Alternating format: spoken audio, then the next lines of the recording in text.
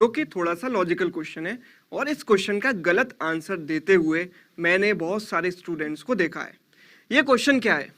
ये क्वेश्चन है, two articles are purchased at the same cost price, यानी कि दो आर्टिकल्स को एक ही क्रय मूल्य पर खरीदा गया। अब one is sold at 10% profit and other is sold at 10% loss, यानी कि एक को 10% के फायदे में बेच दिया और दूसरे पर 10% का घाटा हो गया। तो आपको बताना है कि इफेक्टिवली, मतलब ओवरऑल जो शॉपकीपर था उसको प्रॉफिट या लॉस परसेंट कितना हुआ। तो पहली चीज तो आपको यही डिसाइड करनी पड़ेगी कि ओवरऑल उसे प्रॉफिट होगा या लॉस होगा, ठीक है। और अगर प्रॉफिट होगा या लॉस होगा तो उनकी वैल्यू क्या होगी परसेंटेज के टर्म्स में, ठीक है। तो इस टाइप के क्वेश्चन में आपको क्या अप्रोच रखनी चाहिए, देखते हैं। दोनों का कॉस्ट प्राइस सेम है, तो पहला आर्टिकल और दूसरा आर्टिकल दोनों का कॉस्ट प्राइस में मान लेता हूं 100, ठीक है। इतना मानने के बाद आप लगा दो परसेंटेज प्रॉफिट और परसेंटेज लॉस। पहले में 10% प्रॉफिट हुआ और दूसरे में 10% लॉस हुआ। 100 प्लस 10% मतलब कितना हो गया 110, और 100 माइनस 10% कितना बचा 90। 100 प्लस 100 कितना हो गया 200, और 110 प्लस 90 कितना हो गया 200। अच्छा, 200 रुपए में ही खरीदा और 200 रुपए में बेच दिया, यानी कि क्या कोई लाभ या हानि, यानी कि प्रॉफिट या लॉस कुछ हुआ क्या? कोई भी प्रॉफिट या कोई भी लॉस नहीं हुआ। तो इस केस में आपका आंसर क्या होगा? No profit no loss, no profit no loss, ठीक है। तो जब भी किसी दो आर्टिकल्स के कॉस्ट प्राइस सेम हो और एक पर P% प्रॉफिट और दूसरे पर P% लॉस, यानी कि परसेंटेज प्रॉफिट और परसेंटेज लॉस की वैल्यूज जो है वो इक्वल हैं, तो आप आंख बंद करके आंसर लगा सकते हो। आंसर होगा नो प्रॉफिट नो लॉस। तो यहां पर बहुत से लोग क्या गलती करते हैं, मैं बता देता हूं गलती क्या करते हैं स्टूडेंट्स। वो कहीं से कोई ना कोई फॉर्मूला पढ़कर आते हैं और वो फॉर्मूला कुछ है ऐसे ही x² / 100 करके, और वो फॉर्मूला यहां पर लगा देते हैं, और इसका आंसर मैं कह सकता हूं 50% से ज्यादा लोग गलत देते हैं। वो बोलते हैं 1% लॉस। तो फॉर्मूला कब अप्लाई होगा, वो फॉर्मूला कब अप्लाई होगा वो देखेंगे अगले क्वेश्चन में, ठीक है। तो फिलहाल जब भी कॉस्ट प्राइस सेम हो, एक पर परसेंटेज प्रॉफिट हो और दूसरे पर परसेंटेज लॉस हो और दोनों की वैल्यू इक्वल हो, तो इस केस में आप आंख बंद करके आंसर लगा देना नो प्रॉफिट नो लॉस। अच्छा, एग्जामिनर क्वेश्चन को किस तरीके से घुमाता है, वो स्टूडेंट्स की फीलिंग्स के साथ या स्टूडेंट्स की भावनाओं के साथ किस तरीके से खेलता है, वो ये दोनों क्वेश्चन जो अभी मैंने लिया और जो अब मैं क्वेश्चन लेने वाला हूं उससे आपको क्लियर हो जाएगा। जो अगला क्वेश्चन है हमारा वो है, two articles are sold at the same selling price, one is sold at 10% profit, other is sold at 10% loss, find the overall profit और लॉस परसेंट, ठीक है। क्वेश्चन दोनों आपको देखने में एक जैसे लगेंगे, और अगर आपने ध्यान से नहीं पढ़ा तो आप इनमें अंतर भी नहीं बता सकते। इनमें अंतर केवल इतना है, पहले में दो आर्टिकल परचेज किए गए थे सेम प्राइस में, और दूसरे केस में यानी कि जो अब क्वेश्चन है उसमें दोनों आर्टिकल सेल किए गए हैं सेम प्राइस पर, यानी कि पिछले क्वेश्चन में कॉस्ट प्राइस सेम था और दूसरे केस में उसने कर दिया सेलिंग प्राइस सेम। तो अगर आपके कॉन्सेप्ट थोड़े हिले हुए हैं और आपको सपोज बेसिक सी कोई खास जानकारी नहीं है, आपको 10-5 तरह के टाइप क्वेश्चन जो टाइप 1 टाइप 2 इस तरीके से पढ़कर गए, तो आप इस क्वेश्चन में गलती डेफिनेटली करेंगे, ठीक है। तो हमेशा मैं अपने स्टूडेंट्स को बोलता हूं कि बेसिक्स क्लियर रखो। अगर बेसिक से कोई भी क्वेश्चन सॉल्व करोगे तो कभी भी कैसा भी क्वेश्चन गलत नहीं हो सकता, ठीक है, गलत तो एटलीस्ट नहीं होगा, ठीक है। तो ये क्वेश्चन क्या है, यहां पर सेलिंग प्राइस सेम है, तो हम इसको बिल्कुल बेसिक मेथड से करेंगे। कॉस्ट प्राइस सेलिंग प्राइस, पिछले क्वेश्चन में कॉस्ट प्राइस सेम था तो मैंने कॉस्ट प्राइस मान लिए थे 100, ठीक है, कॉस्ट प्राइस मान लिए थे 100। यहां पर सेलिंग प्राइस सेम है तो यहां पर हम सेलिंग प्राइस मान लेते हैं 100। तो पहला आर्टिकल और दूसरा आर्टिकल दोनों का सेलिंग प्राइस मान लिया 100, ठीक है। 100 मानने के बाद एक पर 10% का प्रॉफिट है और दूसरे पर 10% का लॉस है, मतलब एक पर 10% इंक्रीज है from cost price to selling price और दूसरे पर 10% डिक्रीज है from cost price to selling price, ठीक है। अब देखो बात कहां पर आकर अटकेगी।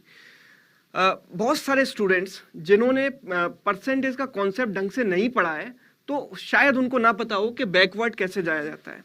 लेकिन हमारे स्टूडेंट्स को पता है कि बैकवर्ड कैसे जाते हैं, और बैकवर्ड कैसे जाते हैं, मल्टीप्लिकेशन फैक्टर से डिवाइड करके।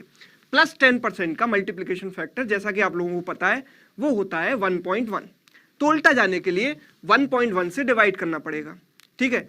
लेकिन आपको एक बात सोचनी है, ठीक है, थोड़ा सा कॉमन सेंस अगर आप लगाओ तो आप एक बात सोच पाओगे कि अगर ये 100 है तो मैं 1.1 से अगर डिवाइड करूंगा, 1.1 मतलब एज गुड एज 11, 1.1 का मतलब क्या होता है 11/10, तो क्या ये 100 है वो 11 से डिविजिबल है, क्या वो 11 से कैंसिल हो पाएगा, नहीं हो पाएगा। अगर नहीं हो पाएगा तो आपकी कैलकुलेशन यहाँ पर टफ हो जाएगी। अच्छा, अगर दूसरे केस की बात करूं तो दूसरा केस है -10%, और जैसा कि आपको पता है कि -10% के लिए मल्टीप्लिकेशन फैक्टर होता है 0.9, जब भी किसी चीज में 10% की कमी कर दी तो 90% बचा, यानी कि 0.9।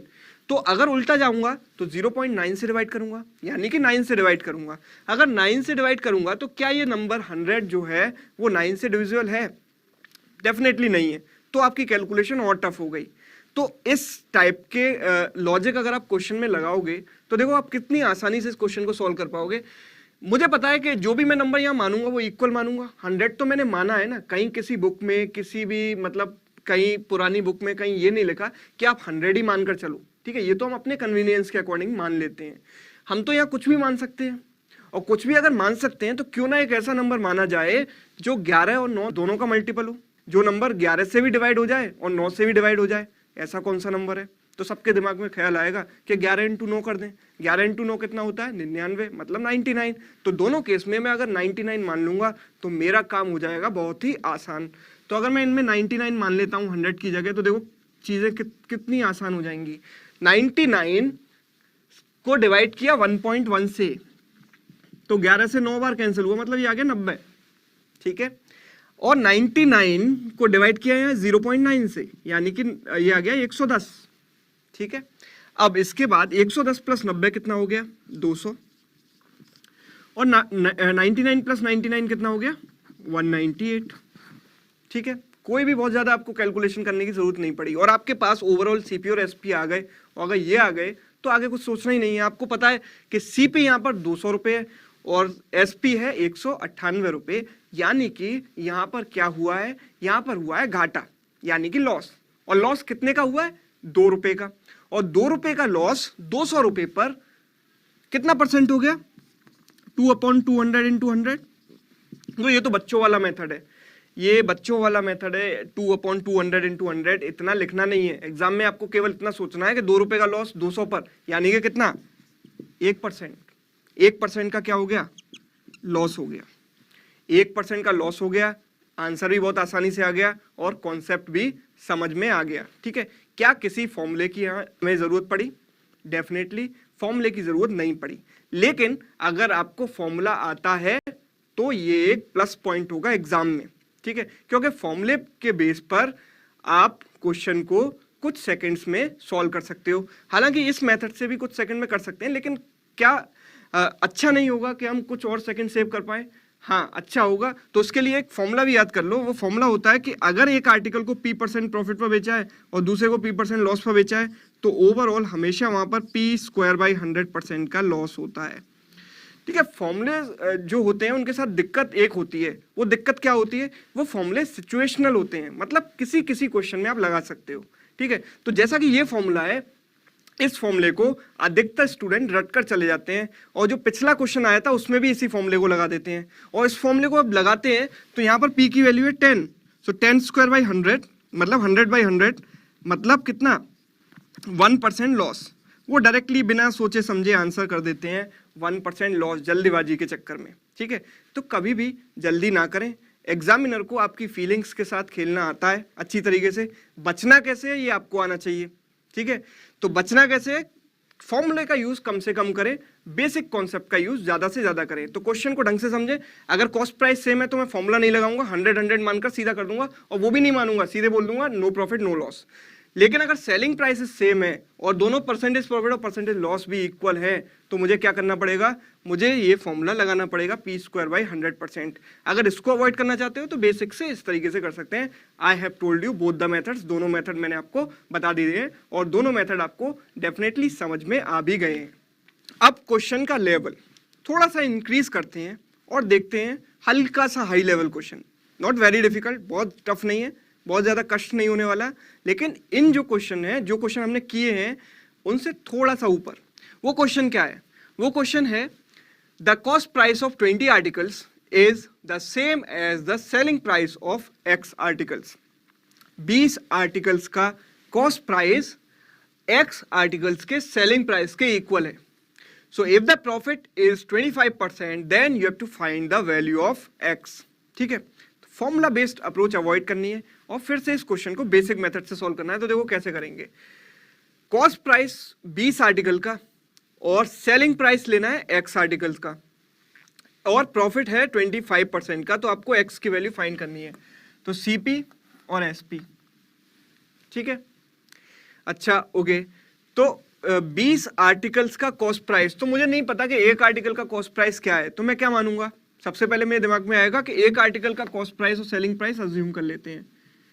एक आर्टिकल का कॉस्ट प्राइस कुछ भी मान लेते हैं, सपोज 1 रुपये मान लेते हैं, ठीक है।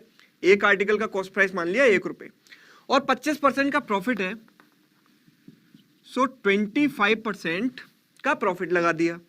और 25% कितना होगा? 1 का 25% होगा 1/4, तो 1 + 1/4 बन गया कितना?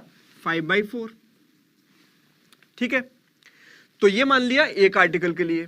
अब कंडीशन क्या दे रखी है? देखो कंडीशन है सीपी 20 आर्टिकल का इक्वल है एसपी एक्स आर्टिकल के। तो सीपी 20 आर्टिकल्स का लेना है और एसपी लेना है एक्स आर्टिकल्स का। अच्छा अब एक बार बताओ कि एक आर्टिकल का कॉस्ट प्राइस 1 रुपये है, तो 20 आर्टिकल का कॉस्ट प्राइस कितना होगा? 20 से गुणा कर देंगे, 20 से मल्टीप्लाई कर देंगे तो कितना आएगा? 1 × 20। और एक आर्टिकल का सेलिंग प्राइस 5/4 है, तो एक्स आर्टिकल का कितना आएगा? एक्स आर्टिकल्स का 5/4 × x, ठीक है। 5 से कैंसिल किया 4 टाइम्स एंड 4 × 4 हो गया 16। तो आंसर क्या आया? 16, ठीक है। तो बेसिक मेथड मैंने यहां पर अप्लाई किया है। मैंने एक आर्टिकल के कॉस्ट प्राइस और सेलिंग प्राइस मान लिए क्योंकि 25% का प्रॉफिट है। अच्छा यहां से एक बात और निकल कर आती है, वो बात क्या है? वो बात है बहुत जरूरी, और वो बात ये है कि अगर एक आर्टिकल पर 10 रुपए का प्रॉफिट होता है, आप सोचिए कि 5 आर्टिकल पर कितने % का या कितने रुपए का प्रॉफिट होगा। अगर एक आर्टिकल पर 10 रुपए का प्रॉफिट होता है तो 5 आर्टिकल पर 50 रुपए का प्रॉफिट होगा। क्यों होगा? क्योंकि सपोज आपने एक आर्टिकल सेल कर दिया, 10 रुपए मिल गए, 10 रुपए मुनाफा हो गया।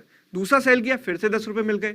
तीसरा सेल किया, फिर से 10, चौथा, पांचवा, तो बार बार 10 रुपए मिलते रहे, तो आपके पास कितना मुनाफा आ गया? कितना मुनाफा आ गया? 50 रुपए। तो एक आर्टिकल का जो प्रॉफिट होता है, जब आप एक्स आर्टिकल का प्रॉफिट लोगे तो एक्स से मल्टीप्लाई कर दोगे, या एन आर्टिकल्स का प्रॉफिट लोगे तो एन से मल्टीप्लाई कर दोगे, ठीक है। तो प्रॉफिट जो है इंक्रीज हो जाता है नंबर ऑफ आर्टिकल्स के साथ, ठीक है। लेकिन अगर मैं बात करूं प्रॉफिट % या लॉस % की, तो जब परसेंटेज की बात करते हैं तो एक आर्टिकल पर अगर 10% का प्रॉफिट होता है तो 5 आर्टिकल पर भी 10% का ही प्रॉफिट होगा। ऐसा क्यों होगा? क्योंकि आपको पता है परसेंटेज प्रॉफिट का जो फॉर्मूला है वो है SP - CP/CP × 100, ठीक है। ये फॉर्मूला अगर मैं 10 आर्टिकल के लिए लगाऊंगा तो 10 का सेलिंग प्राइस लूंगा, 10 का कॉस्ट प्राइस लूंगा और 10 का कॉस्ट प्राइस लूंगा, मतलब × 10 × 10 × 10 तीनों में करूंगा तो 10 10 10 तो कैंसिल हो जाएगा और मेरी कैलकुलेशन सेम बन जाएगी। तो 10% का प्रॉफिट अगर एक आर्टिकल पर होता है तो आप कितने भी आर्टिकल बेच लो, 1000 2000, आपका प्रॉफिट इंक्रीज होता जाएगा, लेकिन प्रॉफिट मार्जिन यानी कि प्रॉफिट % सेम रहेगा, और वो कितना रहेगा? 10% ही रहेगा, ठीक है। तो profit % is independent of the number of articles. Profit % number of article मतलब कितने बेचे हैं उस पर डिपेंड नहीं करता। प्रॉफिट % फिक्स रहता है, चाहे आप एक आर्टिकल पर कैलकुलेट करो या 20 आर्टिकल पर या 20,000 आर्टिकल पर, ठीक है। तो यहां पर जो कॉन्सेप्ट हमने यूज किया है वो एक आर्टिकल का हमने मान लिया कॉस्ट प्राइस 25%, तो 25% का प्रॉफिट हुआ तो सेलिंग प्राइस बन गया 5/4। ये तो एक आर्टिकल का माना है, ठीक है। तो हम कितने भी आर्टिकल सेल करें, जो 25% की प्रॉफिट % की वैल्यू है वो सेम रहेगी, ठीक है। और हमने जो क्वेश्चन में कंडीशन दी है वो अप्लाई की, सिंपली केवल मल्टीप्लाई किया और मेरे पास x की वैल्यू आ गई कितनी? 16, ठीक है। तो ये इस क्वेश्चन का एकदम बेसिक मेथड था। और इससे आसान मेथड इस क्वेश्चन के लिए हो ही नहीं सकता। चलिए देखते हैं अगला क्वेश्चन, जो कि वन लाइनर क्वेश्चन है, लेकिन बहुत सारे लोग उस क्वेश्चन में कंफ्यूज हो जाते हैं। वो क्वेश्चन क्या है? वो क्वेश्चन कुछ इस तरीके से है कि if the selling price is double the profit triples. अगर मैंने किसी वस्तु का, किसी आर्टिकल का सेलिंग प्राइस डबल कर दिया तो उसका जो प्रॉफिट है, जो आप प्रॉफिट ले रहे थे, जो मुनाफा कमा रहे थे, वो 3 गुना हो जाता है। सेलिंग प्राइस के डबल करने पर प्रॉफिट जो है, प्रॉफिट की बात हो रही है, प्रॉफिट परसेंट की बात नहीं हो रही है, ये आपको ध्यान से समझना है, वो हो जाता है ट्रिपल। तो you have to find out the profit percent. आपको बताना है कि प्रॉफिट परसेंट कितना होगा, ठीक है। तो इस क्वेश्चन के लिए अप्रोच क्या रहनी चाहिए? फिर से वही अप्रोच, हमारी बेसिक अप्रोच है, ठीक है। कुछ टाइम बाद ये अप्रोच आपको घिसी पिटी लगने लग जाएगी और ये क्वेश्चन भी घिसे पिटे लगने लग जाएंगे और आप इन क्वेश्चंस को चुटकियों में सॉल्व करना स्टार्ट कर देंगे, ठीक है। इस अप्रोच को आपको अपनी आदत बना लेना है। तो अगर सीपी और एसपी मैंने यहाँ पर लिखा तो सेलिंग प्राइस डबल कर दिया, प्रॉफिट ट्रिपल हो गया। पहले मुझे नहीं पता कि कॉस्ट प्राइस सेलिंग प्राइस कितना था, मान लिया एक्स और वाई था, ठीक है। सेलिंग प्राइस को डबल किया मतलब वाई को डबल कर दिया तो कितना हो गया 2y, और कॉस्ट प्राइस तो सेम ही रहा, ठीक है, उस पर कोई भी इफेक्ट नहीं पड़ा। और प्रॉफिट क्या हो गया, ट्रिपल हो गया। अच्छा, दूसरे केस में अगर मैं प्रॉफिट की बात करूं तो कितना होगा, selling price minus cost price, मतलब कितना होगा 2y माइनस एक्स, ठीक है। अच्छा, और पहले केस में प्रॉफिट कितना होगा, पहले केस में प्रॉफिट होगा y माइनस एक्स। और बोला है कि ये जो प्रॉफिट है दूसरे केस में वो ट्रिपल हो जाता है, मतलब ये जो प्रॉफिट है वो इसका 3 गुना है। क्वेश्चन के अकॉर्डिंग हमने यहाँ पर कंडीशन और या फिर जो बोल सकते हैं कि इक्वेशन बना दी। तो अगर मैं इसको सॉल्व करूंगा तो मेरे पास आएगा 2y minus X is equal to 3y minus 3x, ठीक है। अच्छा, यहां पर अगर मैंने सॉल्व किया तो y इक्वल्स टू आ गया 2x। बस यहीं पर आपका काम हो जाता है खत्म। काम खत्म कैसे हो गया, क्योंकि यहां पर आपको पता चल गया कि ये जो सेलिंग प्राइस है y वो x का है डबल, यानी कि 2x है। अच्छा, अगर कोई चीज को डबल कर देते हैं तो मैंने आपको परसेंटेज के चैप्टर में बताया था कि परसेंटेज इंक्रीज कितना होता है। अगर कोई चीज डबल हो जाती है तो परसेंटेज इंक्रीज होता है 100%, अगर ट्रिपल हो जाती है तो परसेंटेज इंक्रीज होता है 200%, 4 टाइम्स हो जाती है तो परसेंटेज इंक्रीज होता है 300% एंड सो ऑन, ठीक है। ये कॉन्सेप्ट बताया था, यानी कि जो सेलिंग प्राइस है वो कॉस्ट प्राइस का है डबल, और डबल होते ही आपको पता चल गया कि परसेंटेज प्रॉफिट कितना होगा 100%, और कोई कैलकुलेशन करने की आवश्यकता यहाँ पर नहीं है। तो आंसर है 100%। अच्छा, अब बढ़ते हैं अपने अगले क्वेश्चन की तरफ। वो क्वेश्चन क्या है, वो क्वेश्चन है vendor bought toffees at 6 for ₹1।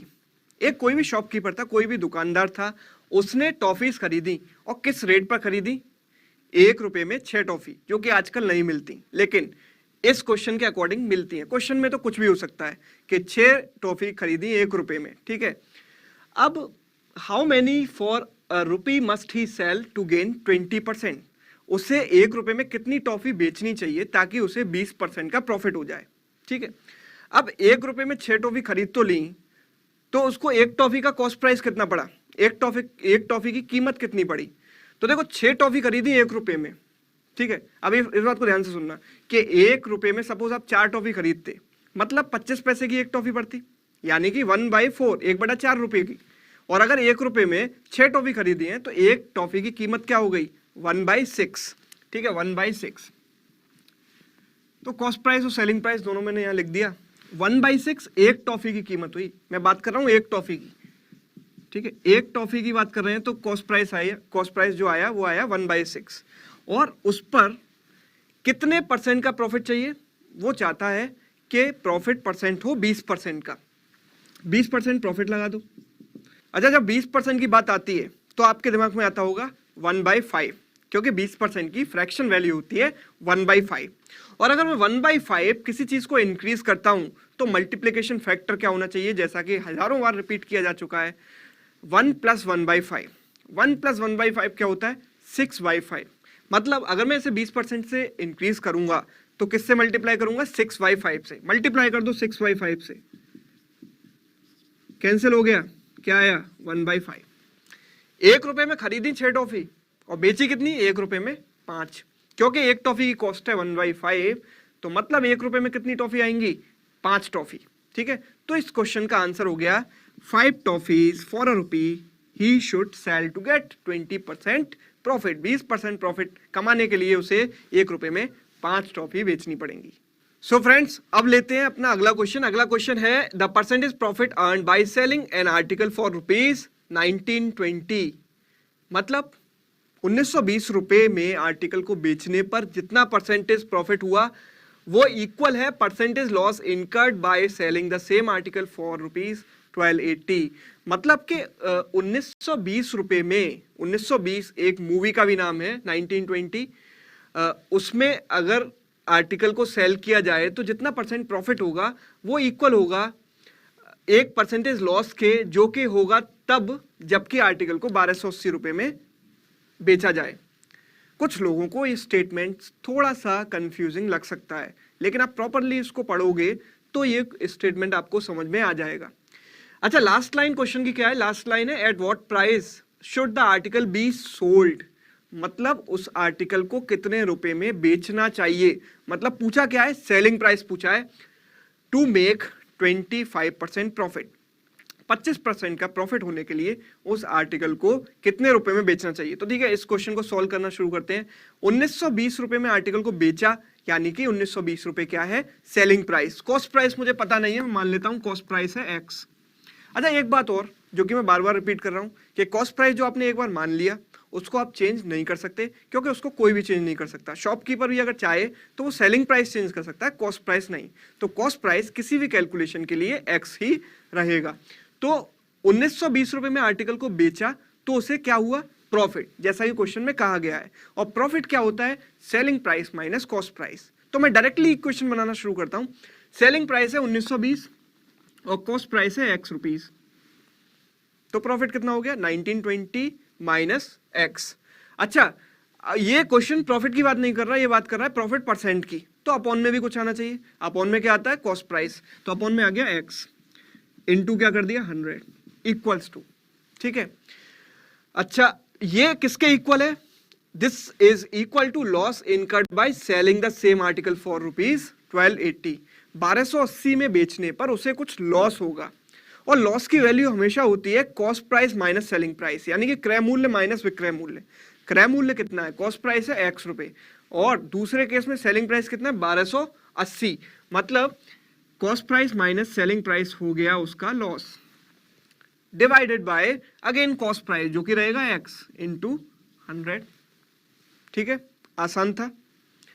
अच्छा, कुछ लोग अगर थोड़ा सा दूर का सोच पाते तो वो इस चीज को लिखते ही नहीं, क्योंकि उन्हें पता होता कि अगर मैं दोनों प्रॉफिट परसेंट और लॉस परसेंट की बात करता हूं तो दोनों ही सेम बेस पर कैलकुलेट होते हैं, और सेम बेस अगर मैं रखूंगा तो वो कैंसिल ही हो जाना है।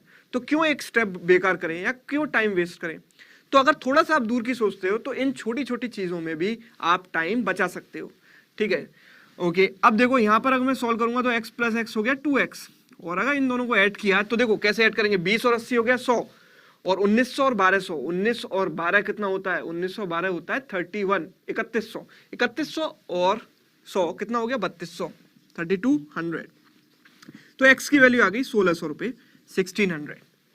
ये तो आ गया आपके पास कॉस्ट प्राइस। देखो ये एक कॉम्प्लिकेटेड सा स्टेटमेंट था, इसको हमने अगर प्रॉपरली लिखा तो हमारे पास सीधे कॉस्ट प्राइस आ गया, कुछ भी ज्यादा करने की जरूरत नहीं पड़ी।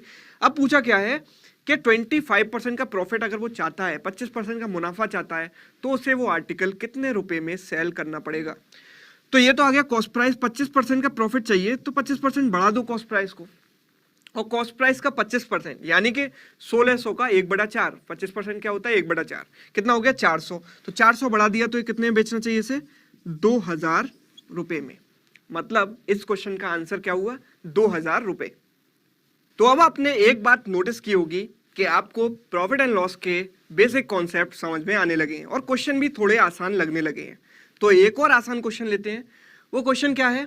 अब देखो, आसान की दो डेफिनेशन होती हैं। आसान दो लोगों के लिए होता है, एक तो जिसने बेसिक नहीं पढ़े हो उसके लिए आसान की डेफिनेशन कुछ और है, और एक जिसने बेसिक पढ़े हैं उसको टफ से टफ क्वेश्चन भी आसान लग सकता है। ठीक है, तो ये कुछ इसी तरीके का क्वेश्चन है। जिसने बेसिक पढ़े हैं उसको ये क्वेश्चन आसान लगेगा, और जिसने केवल फॉर्मूले रटे हैं और बेसिक नहीं पढ़े हैं उनको ये क्वेश्चन टफ भी लग सकता है। तो ये क्वेश्चन क्या है? क्वेश्चन है some articles were bought at 6 articles for ₹5। कुछ आर्टिकल खरीदे किस रेट पर? 6 खरीदे 5 रुपए में। अच्छा, और बेचे कितने में? 5 बेचे 6 रुपए में। तो आपको बताना है कि गेन परसेंट कितना होगा, यानी कि प्रॉफिट परसेंट कितना होगा। तो देखो इस टाइप के क्वेश्चन को किस तरीके से डील करें। देखो प्रॉफिट परसेंट की मैंने एक बात बताई थी, एक फैक्ट आपको बताया था अभी 1-2 क्वेश्चन पहले। तो वो कॉन्सेप्ट था कि जो प्रॉफिट परसेंट है वो नंबर ऑफ आर्टिकल से इंडिपेंडेंट होता है। मतलब कि चाहे आप 1 आर्टिकल बेचें या 10 बेचें, कोई फर्क नहीं है, प्रॉफिट परसेंट सेम रहेगा। तो जब भी इस टाइप का क्वेश्चन आए तो आपको क्या करना है, देखो कॉस्ट तो दे रखी है 6 आर्टिकल की और सेलिंग प्राइस दे रखा है 5 आर्टिकल का। तो जब हम प्रॉफिट परसेंट या लॉस परसेंट कैलकुलेट करते हैं तो नंबर ऑफ आर्टिकल सेम रखने पड़ेंगे। ऐसा नहीं है कि हमने 10 आर्टिकल खरीदे और 12 बेचे और हम प्रॉफिट परसेंट कैलकुलेट कर रहे हैं। हमें नंबर ऑफ आर्टिकल्स इक्वल रखने चाहिए। तो अगर कॉस्ट दे रखी है 6 आर्टिकल की और सेलिंग प्राइस दे रखा है 5 आर्टिकल का, तो दोनों केसेस में आप 1 आर्टिकल का कॉस्ट प्राइस और 1 आर्टिकल का सेलिंग प्राइस निकाल सकते हैं। ठीक है, तो अगर मैं बात करूं कि 6 आर्टिकल, यहां पर सीपी और यहां पर एसपी, देखो 6 आर्टिकल्स की कॉस्ट कितनी है? कॉस्ट है 5 रुपए, ₹5। और सेलिंग प्राइस के केस में आपको दे रखा है 5 आर्टिकल्स का सेलिंग प्राइस और 5 आर्टिकल का सेलिंग प्राइस है ₹6 रुपए।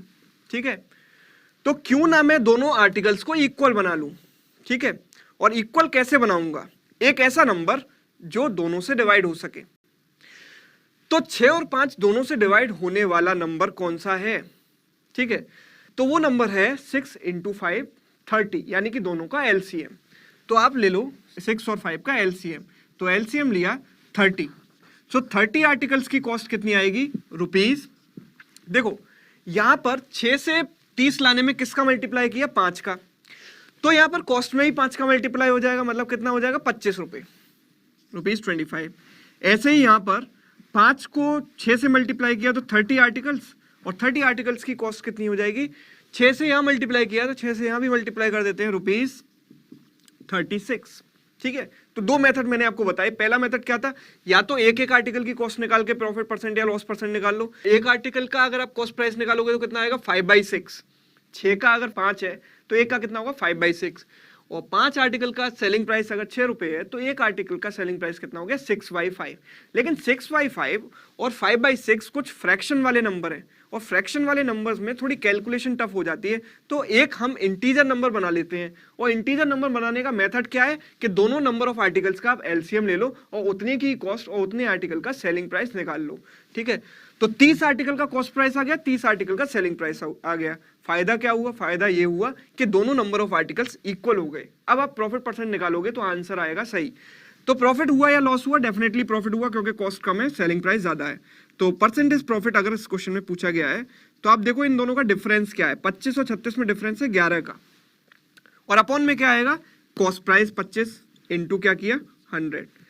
तो 25 से 4 बार कैंसिल हुआ और 11 × 4 हो गया 44%। सो इस क्वेश्चन का आंसर है 44%, 44%।